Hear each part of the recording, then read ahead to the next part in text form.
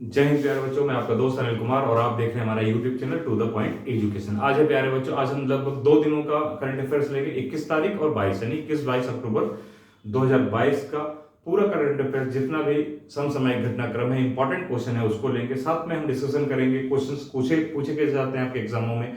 ये एक daily dose है प्यारे बच्चों, जो लगभग डेली एक तरीके से करंट अफेयर्स की क्लास होती है और डेली ही कुछ ना कुछ नया क्वेश्चन बनता है। आप बात करेंगे क्वेश्चंस कितने पूछे जाते हैं, तो मैं आपको बता दूं कि 10 से लेकर के 30 क्वेश्चन तक पूछे जाते हैं विभिन्न विभिन्न परीक्षाओं में।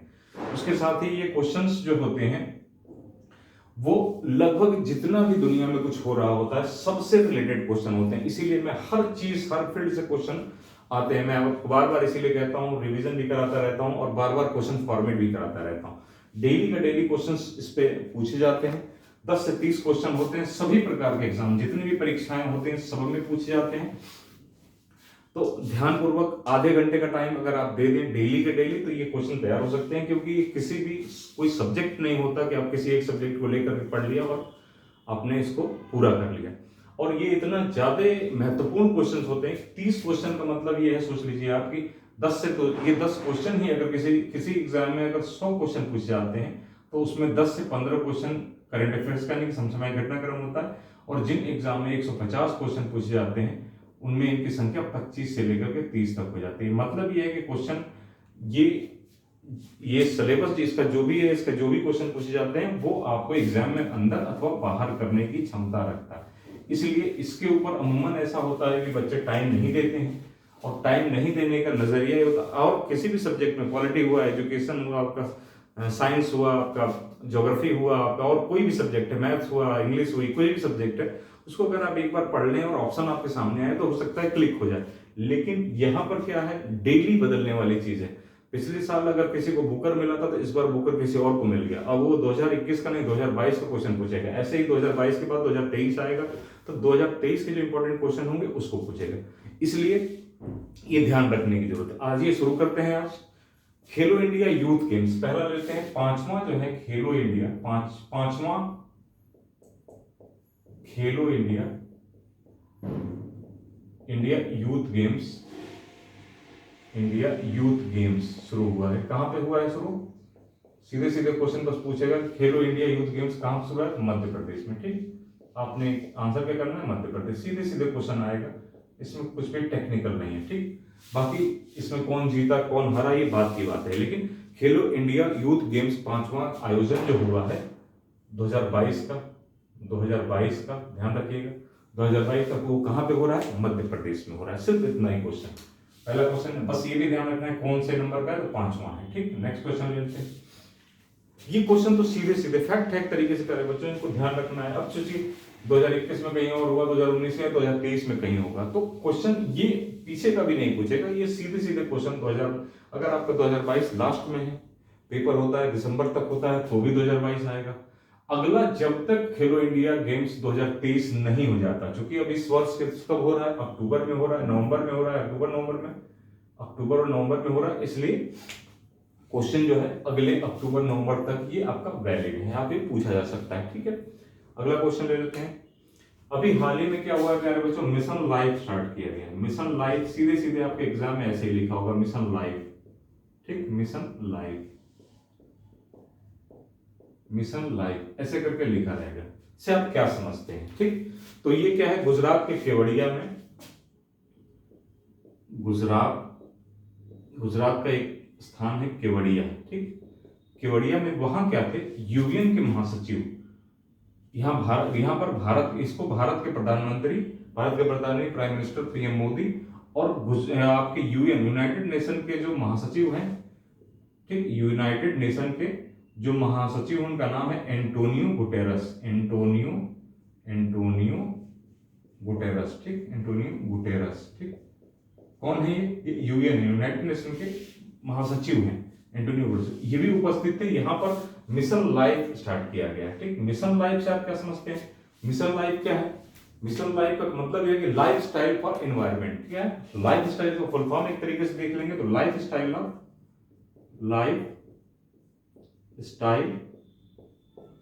For environment. ठीक, इन्वायरमेंट। मैंने आपको बताया कि इन्वायरमेंट का कहीं भी नाम है क्वेश्चन अपने आप इंपॉर्टेंट हो जाता है, ठीक। आज के टाइम में लाइफस्टाइल फॉर इन्वायरमेंट मतलब ये कहा गया है कि प्रधानमंत्री मोदी ने यहाँ पर एक तरीके से कहा कि अगर लाइफस्टाइल में थोड़ी सी बदलाव कर दिया जाए तो हमारा इन्वायरमेंट बेहतर हो सकता है। सपोज करो कि अगर आपकी आदत पेड़ लगाने की हो जाए, आप बहुत ज्यादा ऐसी चीजों का उपयोग न करें जो इन्वायरमेंट के लिए हार्मफुल है, ग्रीन चीजों का इस्तेमाल करें जिसमें मोटरसाइकिल में आवश्यकता पड़ने पर ज्यादातर ईंधन का यूज न करके ग्रीन गेट रहे, जैसे आप इलेक्ट्रिक बाइक्स का यूज करें, या अपने लाइफस्टाइल में आप इस तरीके पेड़ पौधे लगाना या ऐसी चीजों का यूज करना जिससे पोल्यूशन कम होता है, अगर ऐसा करें तो यही मेन मोटो है मिशन लाइफ का, ठीक। गुजरात के केवड़िया में ये इंपॉर्टेंट है, गुजरात के केवड़िया में गए, यहाँ पर एंटोनियो गुटेरेस उपस्थित थे। अब एंटोनियो गुटेरेस से एक क्वेश्चन सीधे सीधे बोलता है यूएन महासचिव के रूप में, इंडिपेंडेंट क्वेश्चन एक बनता है कि यूएन महासचिव कौन है, यूएन महासचिव कौन, ये इंडिपेंडेंट क्वेश्चन बनता है, ठीक। महासचिव कौन है, तो एंटोनियो गुटेरेस।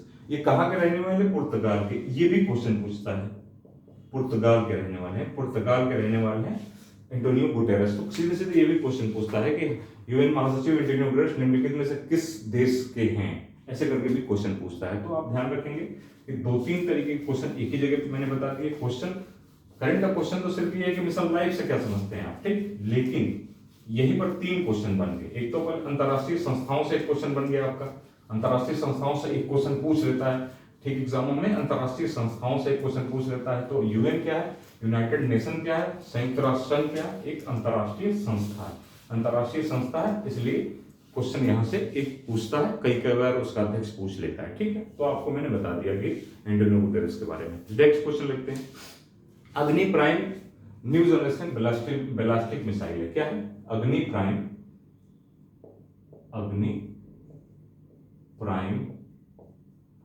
न्यू जनरेशन, ठीक, न्यू जनरेशन बैलिस्टिक मिसाइल है, बैलिस्टिक मिसाइल, ठीक, मिसाइल है ये। इसका हाल ही में परीक्षण किया गया, कहां, उड़ीसा से, उड़ीसा के बालासोर में एपीजे अब्दुल कलाम द्वीप से, ठीक, एपीजे अब्दुल कलाम द्वीप से, ठीक, अब्दुल कलाम द्वीप से, ठीक।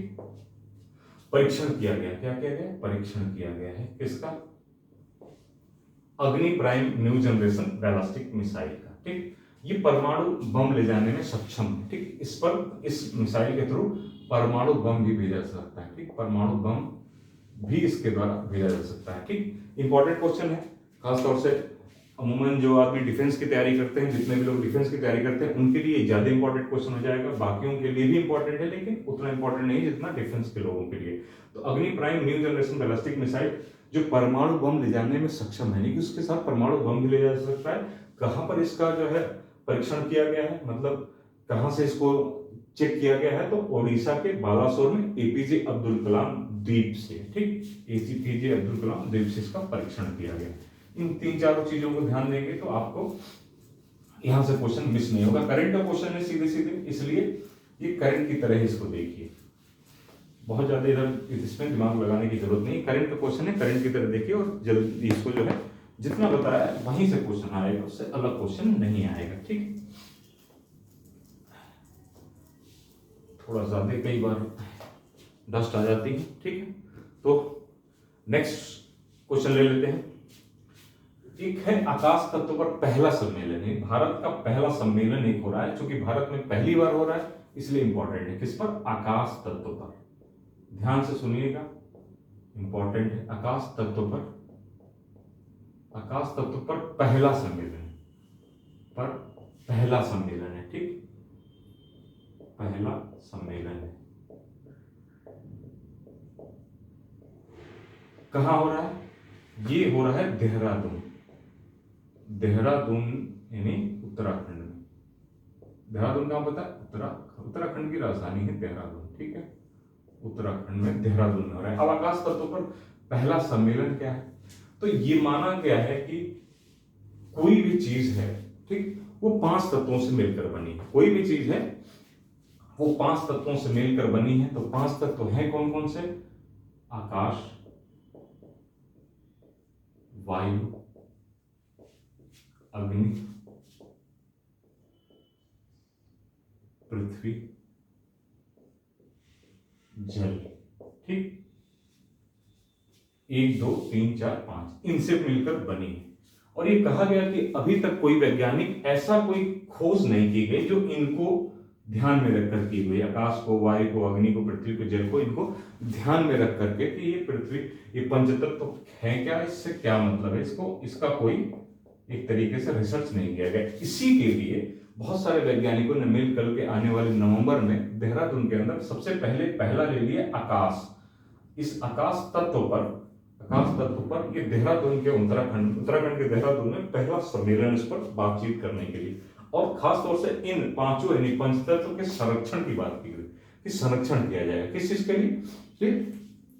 जो पांचों तत्व हैं इनके संरक्षण की जागरूकता के लिए संरक्षण किया जाएगा। संरक्षण की किसके लिए? जागरूकता फैलाने के लिए भी एक तरीके से, जागरूकता के लिए भी एक तरीके से ये सम्मेलन आयोजित किया गया है। इंपॉर्टेंट क्वेश्चन है, क्योंकि पहला, ये भारत का पहला इस तरीके का कोई सम्मेलन होने जा रहा है वैज्ञानिकों के माध्यम से, इसलिए इंपॉर्टेंट है, इसको ध्यान में रखिए। ये आपको एग्जाम में आगे कहीं ना कहीं पूछा जाएगा। सीधे सीधे फैक्ट है, इसमें बहुत ज्यादा कुछ करने के लिए मैंने थोड़ा बहुत समझा दिया अपने तरफ से, ताकि आपको याद रहे चीजें। कई बार इतने सारे फैक्ट हो जाते हैं कि आपको खुद याद नहीं रहते, इसलिए ध्यान रखना चाहिए। थोड़ी बहुत एक स्टोरी होनी चाहिए आपके पास, और कोई गलत स्टोरी नहीं, बिल्कुल सही स्टोरी है। तो ऐसी स्टोरीज होनी चाहिए जिससे आपको, आपकी नॉलेज बढ़ सके और आपको चीजें लर्न भी हो सके। ठीक, तो आइए नेक्स्ट क्वेश्चन देख लेते हैं हमारा। लीज ट्रस बात हुई थी हमारी। लीज ट्रस ये है कौन? लीज ट्रस ये है कौन? बात हुई थी इससे पहले हमारी। ये ब्रिटेन की प्रधानमंत्री है। ब्रिटेन की प्रधानमंत्री थी, पीएम थी। ठीक, ब्रिटेन की ये पीएम थी, जिन्होंने हाल ही में क्या किया है? रिजाइन कर दिया है, इस्तीफा दे दिया। ये 44 या 45 दिन का, ठीक, 44 या 45 दिन रही थी। ये बहुत सारी जगहों पे अलग अलग मिल रहा है, तो आप एक मान के चलिए कि 44 या 45 दिन लगभग ये रही। ये ब्रिटेन की सबसे कम दिन रहने वाली प्रधानमंत्री हैं। ठीक, तो क्वेश्चन ये आज नहीं कल बनेगा जरूर। तो क्या है? ब्रिटेन की सबसे कम दिन रहने वाली, ब्रिटेन की सबसे कम दिन रहने वाली प्रधानमंत्री, सबसे कम दिन ये रही है। ठीक, कम दिन रही है पीएम। ठीक है, अब आगे जैसे भी सिस्टम बनेगा उसके बारे में बात होगी, लेकिन 44-45 दिन है। इसको अगर कंफर्म बिल्कुल हो जाएगा तो मैं आपको बता दूंगा, क्योंकि भारत और वहां के हिसाब से डेज का अंतर होता है, इसलिए थोड़ा सा कंफ्यूजन हो रहा है। 44-45 दिन इसी के आसपास, क्योंकि बहुत टफ क्वेश्चन में अगर कहीं डेज पूछ देगा तो दिक्कत आएगी, इसलिए इसको जैसे ही कंफर्म होगा मैं आपको जरूर बता दूंगा। लेकिन ये याद रखिए कि बहुत ज्यादा कंफ्यूजन वाले क्वेश्चन नहीं पूछे जाते, क्योंकि जहां कंफ्यूजन होता है वहां क्वेश्चन बाद में जाकर के उनको वापस लेने पड़ते हैं कमीशन को। ठीक है, तो आप इतना मान के चलिए कि सबसे कम दिन रहने वाली प्रधानमंत्री कौन है? लिज ट्रस है। कहाँ की प्रधानमंत्री थी? ब्रिटेन की प्रधानमंत्री। ठीक, और इन्होंने इस्तीफा क्यों दिया ये भूल गया मैं। इनका इस्तीफा मेनली वहां के इकोनॉमिक क्राइसिस के लिए है, कि उन्होंने वादा किया था कि मैं जल्दी जैसे प्रधानमंत्री बनूंगी मैं आर्थिक गतिविधियां जो वहां की है उसको सुधार दूंगी, लेकिन ऐसा नहीं हो पाया। हालांकि ये बहुत कम दिन है, 40-45 दिन किसी को भी कोई सुधार लाने के लिए, लेकिन अब क्या राजनीतिक व्यवस्थाएं वहां बदली इसके बारे में जानकारी तो नहीं है। बट ये है कि इन्होंने जो रीजन दिया है लिज ट्रस ने, उन्होंने ये किया कि जो इकोनॉमिक क्राइसिस आ रही है ब्रिटेन के अंदर, जो आर्थिक गतिविधियां खराब हैं उसको हम सुधार नहीं पाए, इसलिए हम इस्तीफा देते हैं। नेक्स्ट क्वेश्चन ले लेते हैं। हारून रिपोर्ट आती है। हारून रिपोर्ट जो है अमीरों के ऊपर अलग अलग तरीकों से ये रिपोर्ट देता है। हारून जो है, हारून एक रिपोर्ट आती है, हारून रिपोर्ट कहते हैं इसको। इसने कहा है कि शिव नादार जो है सबसे ज्यादा उदार व्यक्ति हैं। भारत के शिव नादार जो है, शिव नादार है, नादर, ये भारत के सबसे उदार व्यक्ति हैं। उदार व्यक्ति मतलब क्या है? कहने का मतलब क्या है? हारून रिपोर्ट ये कह रही है कि सबसे ज्यादा दान देने वाले व्यक्ति कौन है? शिवनादर है। शिव दान देने वाले व्यक्ति। ठीक, तो शिवनादर है कौन? ये एचसीएल जो है आपका, एचसीएल के मालिक हैं ये। ठीक, एचसीएल के मालिक हैं, आप अच्छे तरीके जानते होंगे। शिवनादर है, सिर्फ इतना देखिए सबसे उदार व्यक्ति, हारून ने कहा है कि सबसे उदार व्यक्ति हैं। शिवनागर साहब। ठीक, बाकी इसमें कुछ नहीं, इतने से क्वेश्चन बहुत इंपॉर्टेंट नहीं है, लेकिन हाँ क्वेश्चन कई एक आध बार पूछा जा सकता है कहीं, बस नजर में बनाए रखे शिवनागर का नाम। ठीक, आइए अगला क्वेश्चन देख लेते हैं। काशी तमिल संगम का आयोजन किया जा रहा है। क्या किया जा रहा है? काशी तमिल संगम का आयोजन। ठीक, तमिल संगम,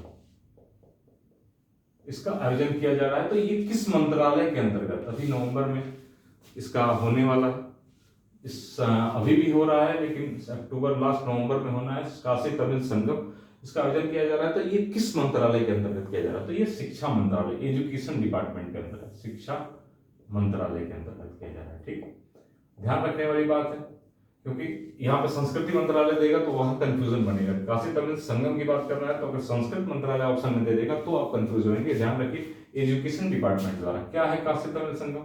मेनली जो काशी की प्राचीन तरीके की व्यवस्थाएं और तमिलियन प्राचीन तरीके की व्यवस्थाएं, इस तरीके से दिल्ली के अंदर यहाँ पर एक संगम आयोजन किया गया है, जिसके अंतर्गत बात की जाएगी, इस पर चर्चा की जाएगी। काशी तमिल की जो प्राचीन व्यवस्था है, एंशिएंट में किस तरीके का था वहां पर, उसके संगम दोनों की बात, दोनों के ट्रेडिशन के लेकर के बात की जाएगी। तो बस इतना याद रखिए, काशी तमिल संगम के जो आयोजन किया जा रहा है किस मंत्रालय के अंतर्गत किया जा रहा है? तो शिक्षा मंत्रालय है, ना कि संस्कृति मंत्रालय। ध्यान रखिएगा, शिक्षा मंत्रालय याद रखिएगा, कंफ्यूजन होगा, क्योंकि ये क्वेश्चन जब भी आएगा तो मुझे 100% श्योर है कि वहां पर संस्कृत मंत्रालय जरूर दिया होगा और आप कंफ्यूज होकर गलत नहीं करेंगे। शिक्षा मंत्रालय के अंतर्गत ये काशी तमिल संगम का आयोजन किया जा रहा है 2022 का। ठीक है, नेक्स्ट क्वेश्चन ले लेते हैं।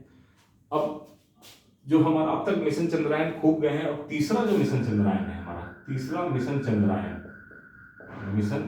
चंद्रयान, अब इसको 2023 में भेजने का बना लिया गया कि 2023 में भेजा जाएगा। कंफर्म कर लिया गया, तैयारियां पूरी कर ली गई कि मिशन चंद्रयान 2023। इस पर बाद में बात होगी, जब ये चंद्रयान लॉन्च किया जाएगा तो इस पर बात होगी अच्छी तरीके से, बिल्कुल पूरी तरीके से बात होगी। ठीक है, तो मिशन चंद्रयान 2023। नेक्स्ट क्वेश्चन पे देख लेते हैं।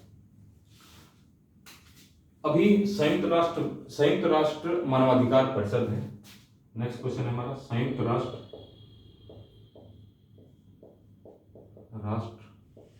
मानवाधिकार परिषद है, मानवाधिकार परिषद, जिसकी स्थापना जो है 2006 में हुई थी। 2006 में इसकी स्थापना हुई थी।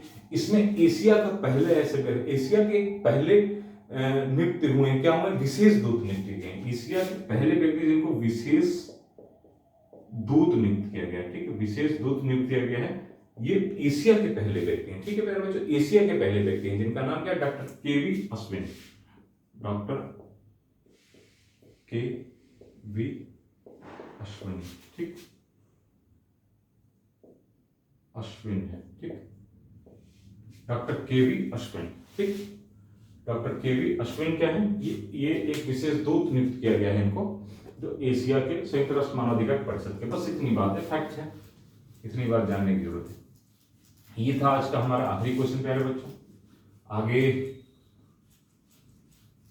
कई बार ऐसा होता है कि किसी दिन बहुत अच्छे क्वेश्चन नहीं मिल पाते हैं, तो कोशिश ये रहती है प्यारे बच्चों की एक दिन में ही दो दिन के क्वेश्चन या सिमट दिया जाए, ताकि आपका टाइमिंग, आपका समय खराब ना हो और आप अलग अलग। अब ये देखिए, मैंने आपको बताया है कि 2023 जो टाइम आ रहा है 2023 का, क्योंकि इस टाइम बहुत सारे चुनाव भी हैं, राजनीतिक रूप से भी आपको लाभ मिलेगा, बहुत सारी वैकेंसीज आ रही हैं, आने वाली भी हैं। तो अगर ध्यानपूर्वक आप इस एक वर्ष लग जाएंगे तो कहीं ना कहीं आपकी लाइफ सेटल हो जाएगी। प्यारे बच्चों, जीवन में आइडेंटिटी बहुत ज़्यादा जरूरी है। आपकी अपनी आइडेंटिटी क्या है, फादर क्या करते हैं, मदर क्या करती है, भाई क्या करता है, बहन क्या करती है, इन बातों से कोई मतलब। अगर आप क्या करते हैं, हर जगह यही देखा जाता है कि आप आखिर हैं क्या चीज़।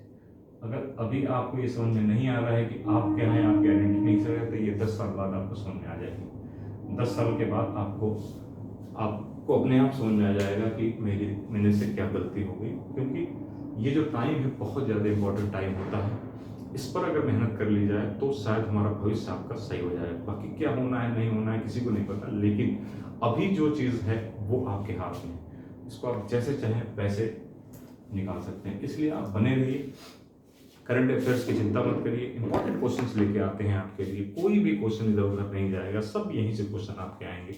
और खासतौर से क्वेश्चन पूछे कैसे जाते हैं उनके बारे में बात करते हैं। मैं हूं आपका दोस्त अनिल कुमार और आप देख रहे हैं हमारा YouTube channel to the point education. प्यारे बच्चों, शेयर करिए, सब्सक्राइब करिए, हमारे हौसले को बढ़ाइए। जय हिंद, नमस्कार।